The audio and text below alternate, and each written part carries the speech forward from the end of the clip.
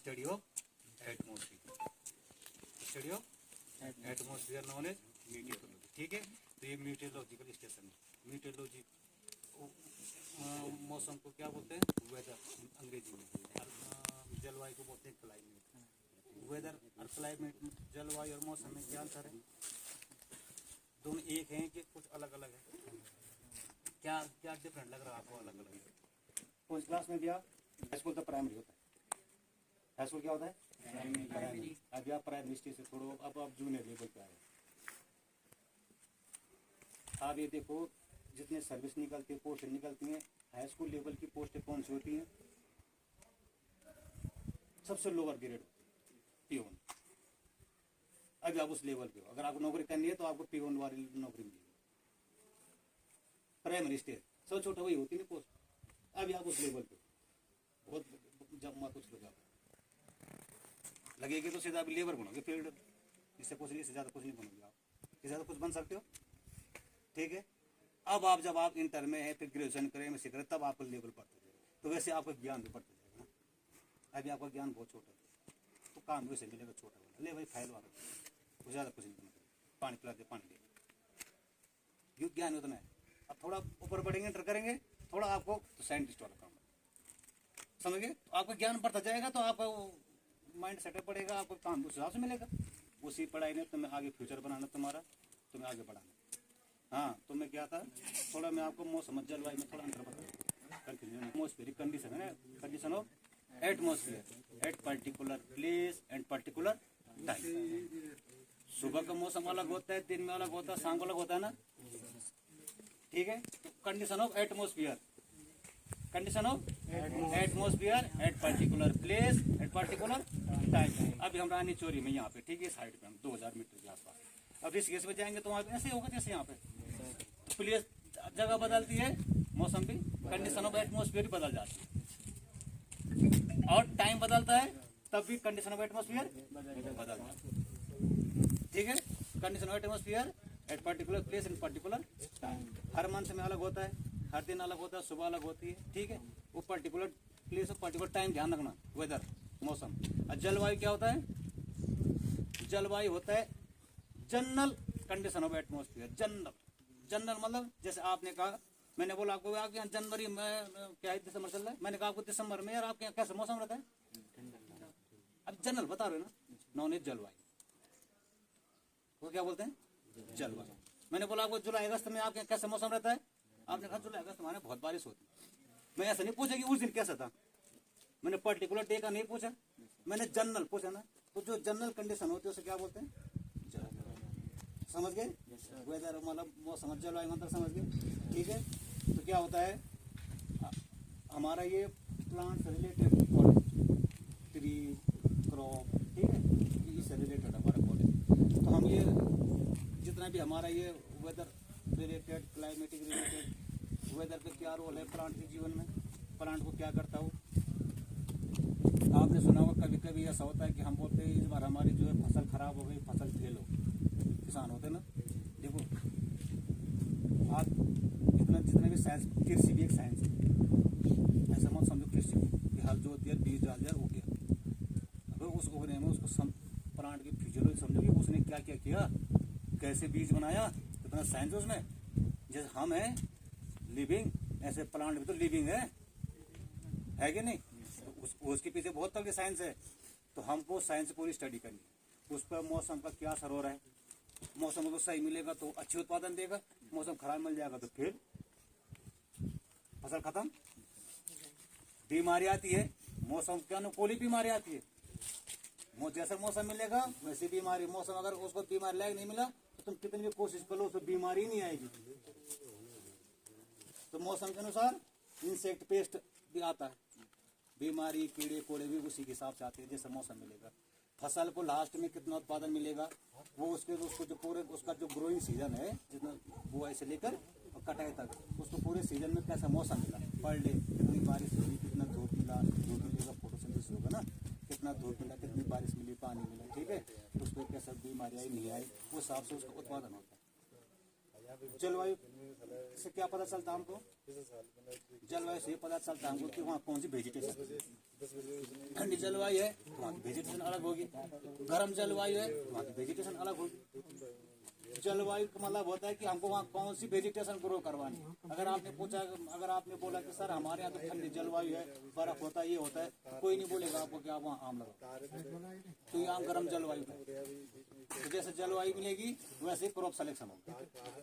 आप कौन सी क्रॉप बोनी है, क्या करनी है, तो आपको जलवायु पता होनी चाहिए ना। लमसम मोटा मोटा कैसा मौसम रहता है तो हिसाब से आप बोएंगे, ठीक है। तो जलवायु का रोल कहाँ है, सिलेक्शन ऑफ क्रॉप के लिए, ठीक है।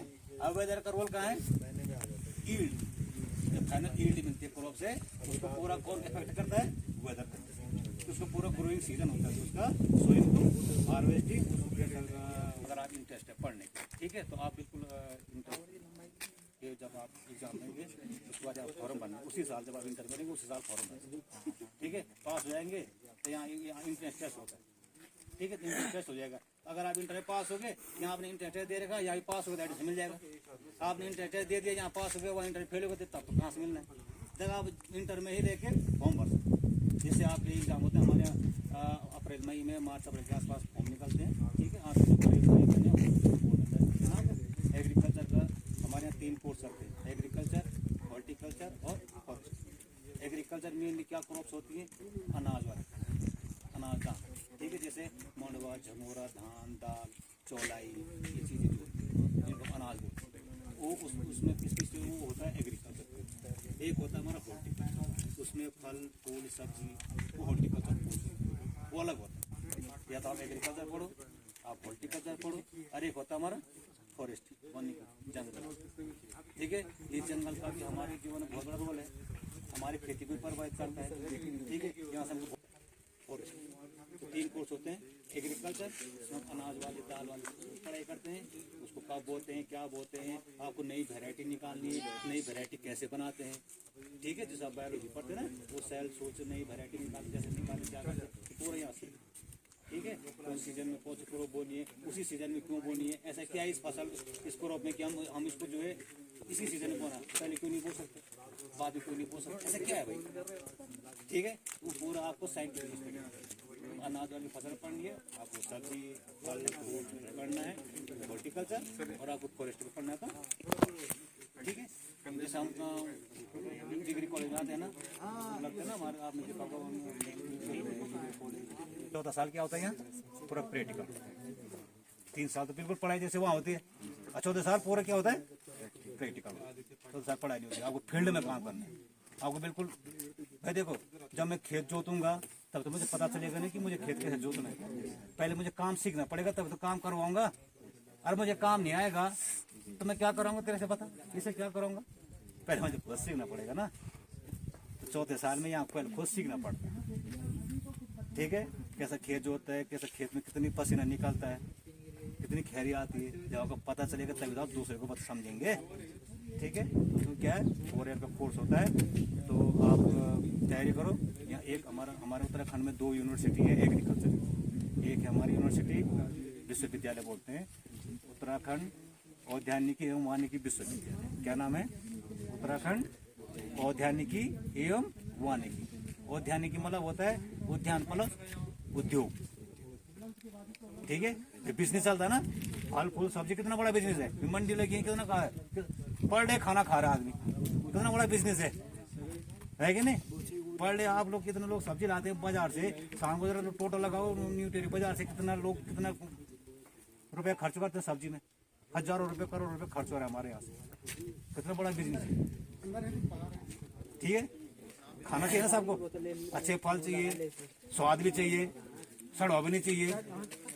वो तो आपको 50 रुपए का मिल रहा है, सड़ा सा फल मिल रहा है, अरे मिल रहा है आपको 80 रुपए का फसला ताजा, तो आप 30 रुपये देगा, 80 रुपये वाला खरीदेंगे, 50 रुपये नहीं खरीदेंगे, है कि नहीं। तो उसको कैसे, अब हम क्या है, फल से हम बहुत सारी चीजें बनाते हैं, एग्जाम दे देना है, तब आपका रिजल्ट आए, तब आप कितने % मार्क्स हैं क्या नहीं है, वो तो तब देखा जाएगा। फिर आपका कैटेगरी में 50% जाता है, 55% होता है, 50-55 चाहिए होता है, ठीक है। लेकिन आपको इतना आपका परसेंटेज अच्छा होगा, इसका मतलब आपको तो नॉलेज भी तो है, ठीक है।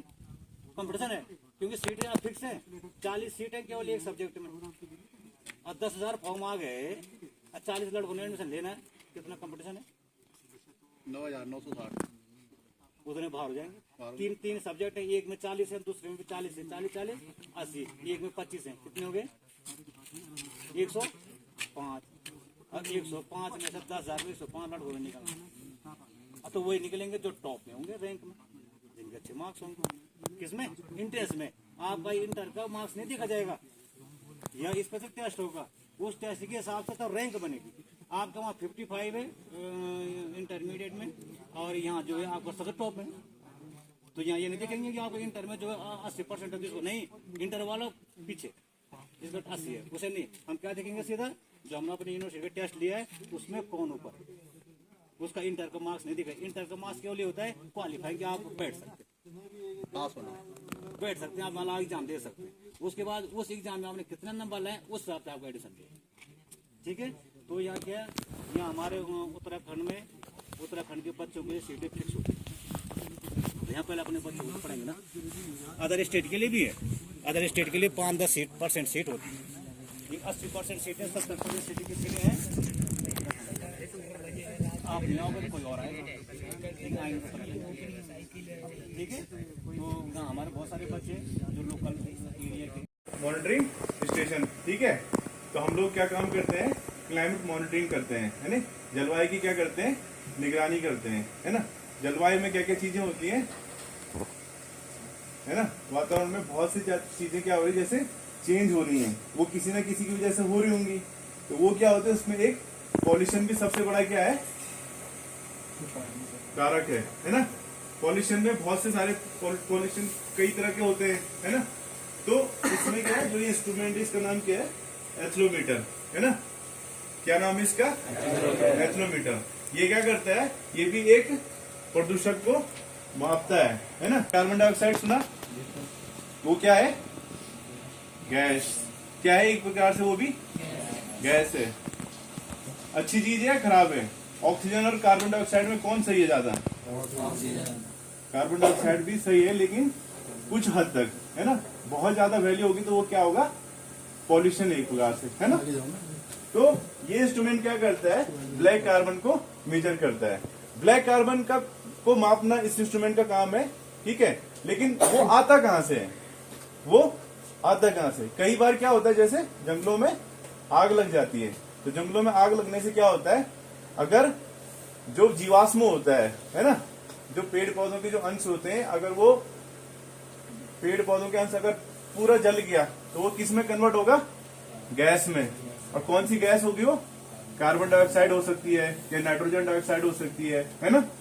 और अगर नहीं हुआ तो किस फॉर्म में जाएगा वो, ब्लैक कार्बन के फॉर्म में। तो ब्लैक कार्बन क्या है, एक प्रकार से सूट, सुना आपने सूट, कालिक है ना, कण आते हैं। तो इस टाइप के छोटे छोटे जो पार्टिकल होते हैं, जो पूर्णतः जले हुए नहीं होते हैं, उनको क्या करता है, ये मेजर करता है, ठीक है। तो इसकी लाइफ क्या होती है, बहुत कम होती है। ये कितने हफ्ते तक रहता है एटमॉस्फेयर में, लगभग 1 हफ्ते तक। और जो आपका कार्बन डाइऑक्साइड होता है उसकी लाइफ क्या होती है, 100 साल या उससे अधिक। यानी कि उसको खत्म होने में कितना साल लगता है, 100 से भी अधिक। तो ये जो ब्लैक कार्बन ये क्या है, आपके एटमॉस्फेयर के लिए क्या है, नुकसानदायक है। कैसे नुकसानदायक है, तो इतना समझो कि एथलोमीटर हमने एक इंस्ट्रूमेंट देखा जिसका काम क्या है, ब्लैक कार्बन को मेजर करना। ब्लैक कार्बन कहां से निकलता है, जंगलों में। अगर ये देख रहे हो 11362331 है ना, ठीक है। तो हमें कैसे पता चलता है कि ये क्या है, 1158 नैनोग्राम पर क्यूबिक मीटर, है ना। इतना यहाँ पे क्या है, अभी ब्लैक कार्बन का कंसंट्रेशन है हमारे इस स्टेशन के नियर। ये बहुत ज्यादा बढ़ रहा है, तो क्या है, पर्यावरण के लिए क्या है, ये इनका नाम एथलोमीटर। क्या काम करता है, राइट। दूसरा जो इंस्ट्रूमेंट है उसका काम क्या है, इससे प्रकाश निकलता है, अवरक्त। हानिकारक है या लाभदायक है, हानिकारक है। तो यहाँ पे जो जो चीजें ज्यादा हानिकारक है उसको मेजर करते हैं हम, उनका लेवल किस हिसाब से बढ़ रहा है। ये इंस्ट्रूमेंट क्या करता है, इस इंस्ट्रूमेंट का नाम पहले तो क्या है, सोलर रेडिएशन मेजरिंग इंस्ट्रूमेंट। ये क्या करता है, सूर्य से जो रेडिएशन आ रहा, विकिरण आ रहा है ना, उसमें उस रेडिएशन को मेजर करता है, मापता है। और उस रेडिएशन में किस चीज को मापता है, परावैंगनी किरणों का कितना मात्रा है यहाँ पे, है ना, उसको क्या करता है, मापता है। अभी कितना होगा वो आप इस इंस्ट्रूमेंट के जरिए देख सकते हैं। इसमें क्या होता है, ये पूरा सेटअप क्या है, डेटा लॉगर। इसका काम क्या होता है, डेटा को स्टोर करना, है ना। और बाहर क्या होंगे इसके सेंसर। वो सेंसर क्या करेंगे, जैसे आपके फोन के सेंसर होते हैं ना, वैसे ही सेंसर लगे होंगे। वो सेंसर क्या करेगा, रेडिएशन को कैप्चर करेगा। कौन से रेडिएशन को, परावैगिनी विकिरण को। समझ गए, इतना याद रखो। अपने पीछे दो येलो इंस्ट्रूमेंट देखो, ठीक है। उसमें उन दोनों का नाम क्या है, रेन वाटर सैंपलर, है ना। वो क्या करते हैं, वर्षा के जो जल के जो नमूने होते हैं उनमें क्या करता है, स्टडी करता है। समझ रहे हो, उस तरफ क्या है, पीएच मीटर है, और इधर क्या है, कंडक्टिविटी मीटर, है ना। पीएच मीटर क्या काम करेगा, है, वर्षा जल की अम्लीयता और क्षारीयता को क्या करेगा, नापता है ना। अगर 7 से नीचे का पीएच दिखाया तो क्या होगा, अम्लीय होगा, और उससे ऊपर हुआ तो क्षारीय होगा। आप स्कूल में कैसे करते हो, पीएच और अम्लीय और क्षारीयता, लिटमस से।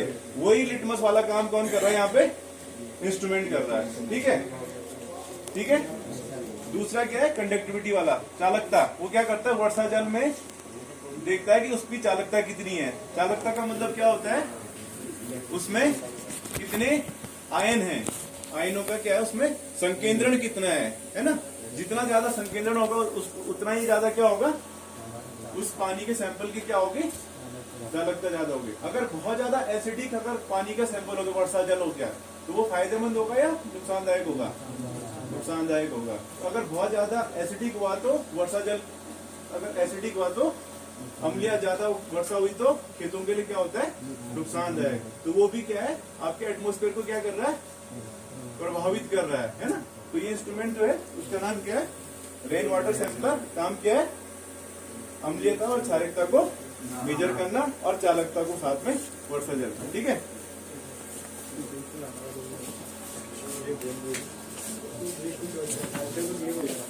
पता चलेगी आसपास में क्या है, प्रदूषण कम है या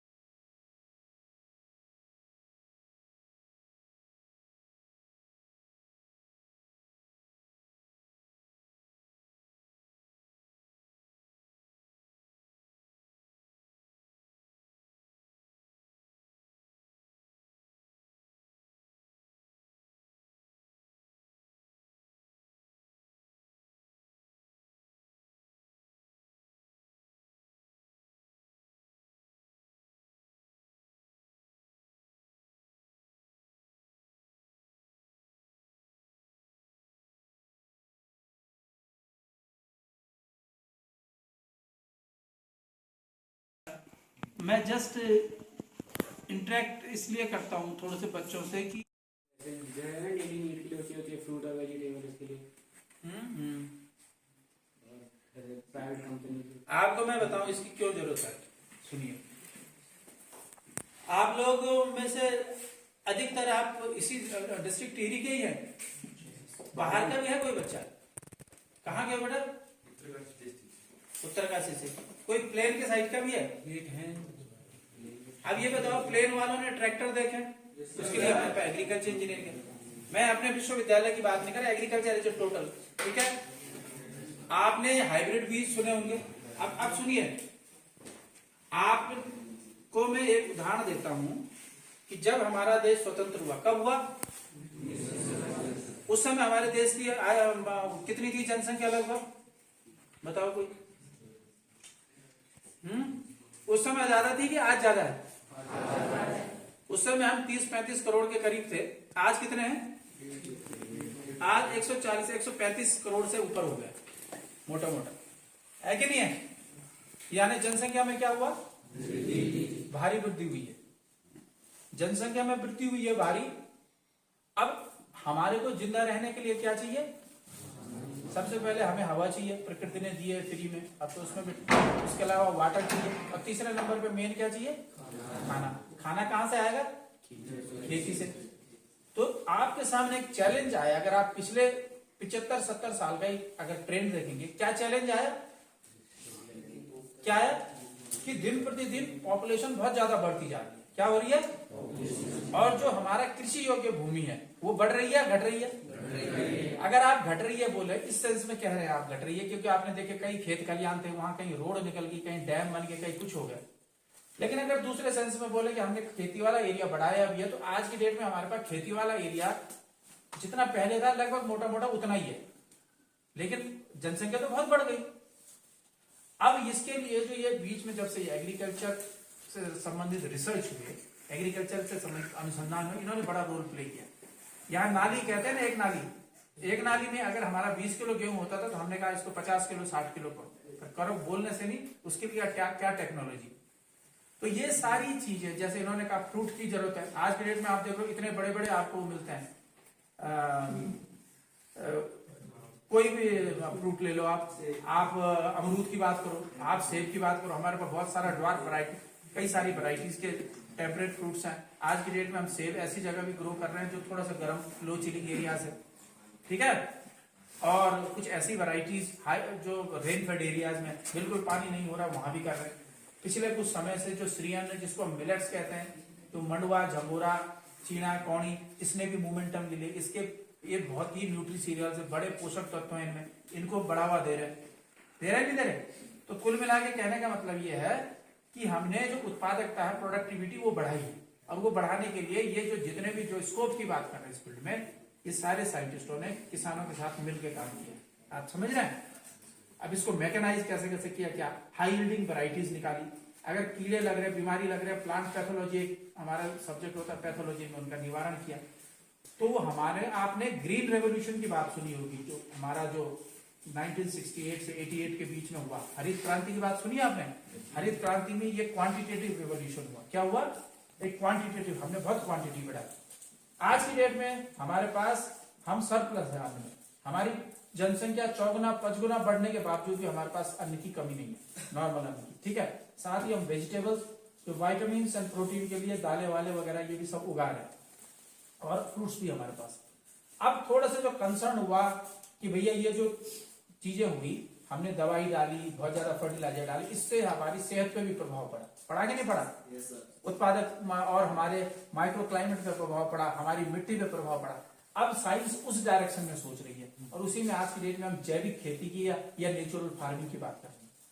लेकिन एक स्थिति ऐसी थी ना कि जब हमारे पास बहुत लिमिटेड खाना हुआ करता था, हम सोचते थे क्या खाएं, तो उससे क्वालिटी की तो बात तब आएगी, तो वो वाला था। तो अब हम एवर ग्रीन रेवोल्यूशन की तरफ, सतत हरित क्रांति की ओर बढ़ रहे हैं, एवर ग्रीन रेवोल्यूशन के। तो आप लोगों ने, हम लोगों ने करना, ये जो सारी चीजें विधायक करते हैं, नई नई प्रजातियां, नई नई वैरायटियां। अब इसमें मास्टर्स लेवल पे बहुत सारे प्रोग्राम, फ्लावर की खेती, उसे फ्लोरिकल्चर कहते हैं, plant health and clinic, plant की क्लिनिक होती है वो, इसको हाई यील्डिंग वैरायटीज, हाइब्रिड को प्रोड्यूस करना, इसमें सारे हमारे बच्चे, जेनेटिक्स एंड प्लांट ब्रीडिंग, कैसे कैसे जेनेटिक्स लेवल पे काम करना, बायोटेक्नोलॉजी, आपने सुना होगा, बायोटेक्नोलॉजी, ये सब नए नए आयाम है। इसके अलावा जो हमारी यूनिवर्सिटी हमारी आनी है, एक अलग पशु से रिलेटेड चीज है, उसे हम वेटनरी साइंसेस कहते हैं, एनिमल साइंसेस कहते हैं। आज की डेट में आपने ये सुना होगा कि मात्र इंजेक्शन लगाने से, उसे आर्टिफिशियल इंसेमिनेशन कहते हैं, आपकी बच्ची तो भी हो गया नहीं हो गया, कोई साइंस, तो वो साइंस इस डायरेक्शन में काम कर रही है। तो ये सारे पहलुओं पे सरकारी क्षेत्र में भी और प्राइवेट क्षेत्र में भी अथाह स्कोप है एग्रीकल्चर एंड अलाइड साइंसेस। थोड़ा थोड़ा सेंसिटाइज हुआ। आज की डेट में हमारे पास ऐसी वैरायटीज है, हमारे पास है, मेरा मतलब है हमारे देश की बात कर रहा हूँ मैं, हमारे पास है मतलब कि आपको तीसरे साल फ्रूटिंग दे रही है, छोटा छोटा हाई डेंसिटी की बात कर रहे हैं, घने घने लगाओ, छोटे छोटे, तो जल्दी से आपको फ्रूटिंग देंगे, इस तरह का सारा विधा है। तो मोटे मोटे तौर पे कहने का मतलब ये सारी जो विधा है ये एग्रीकल्चर से रिलेटेड है, और इसमें काफी ज्यादा स्कोप है।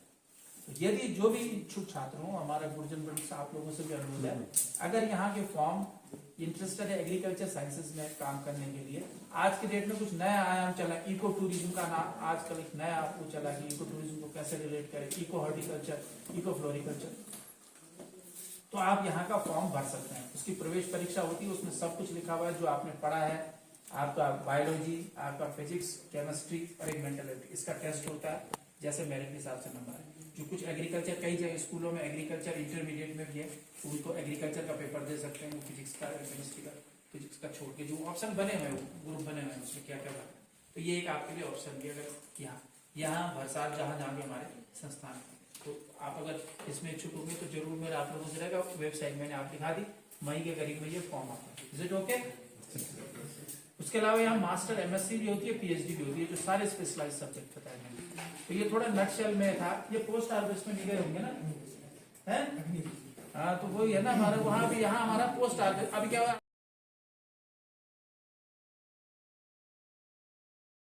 Thank you very much.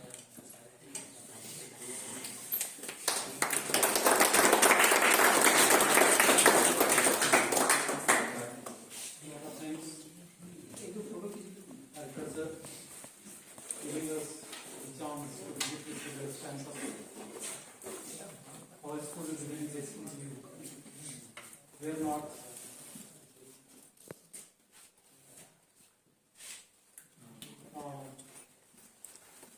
acquainted about this campus, what activities are being held here. Actually, what he has shown us, told us, we have learned a lot of things, and thanks for your research.